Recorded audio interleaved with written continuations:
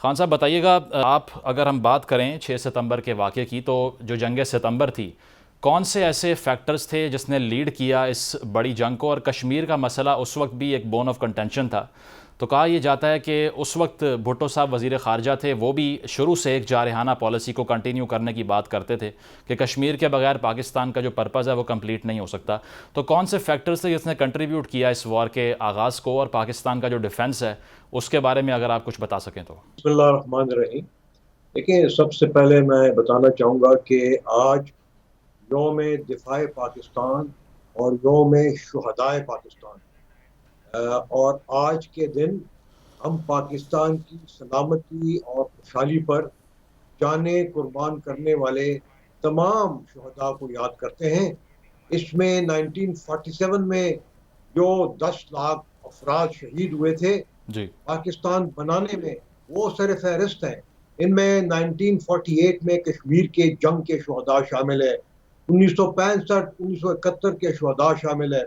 अफगानिस्तान पर जब Soviet union का कब्जा हुआ था और बाद में अमेरिका ने उसके ऊपर 20 साल तक कब्जा रखा, उसकी वजह से पाकिस्तान जो दहशत गर्दी का निशाना बना, और उससे जिन लोगों ने, चाहे वो मिलिट्री के लोग हों चाहे सिविलियंस हो, उन्होंने अपने जान के नजराने पेश किए, उनको हम सलाम पेश करते हैं, उनको हम याद करते हैं, उनके ऊपर हम फख्र करते हैं।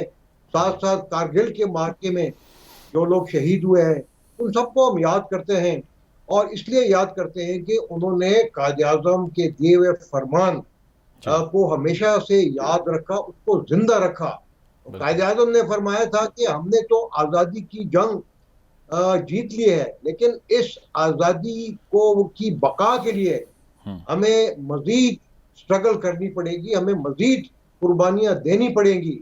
बिल्कुल। और साथ ही उन्होंने उसका एक बहुत ही आसान जो है वो मोटो में उन्होंने दिया कि अगर इत्तेहाद, कौमी यकजहती, तंजीम, ईमान और फर्ज शनासी से पाकिस्तान के अवाम और लीडर्स काम करेंगे, हम्म। तो पाकिस्तान हर किस्म के खतरात से और चैलेंज से निमटने के लिए जो है वो तैयार होगा और इंशाल्लाह जी। आगे बढ़ेगा। अब बिल्कुल। बात आपने की 1965 के वॉर की।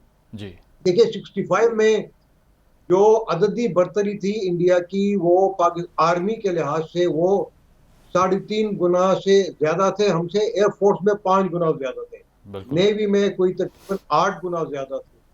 लेकिन हमने उनकी जारहियत को पसपा किया, उसको शिकस्त दी। आपने जिक्र किया कश्मीर का, तो हम्म। 1964 में नेहरू ने और उनके साथियों ने कश्मीर के अंदर ऐसे कोई जिनको वो रिफॉर्म्स कहते थे, हम्म। लेकिन कॉन्स्टिट्यूशनल चेंजेस लाने की कोशिश की, जो कि उस वक्त कश्मीर के लोगों को मंजूर नहीं थे।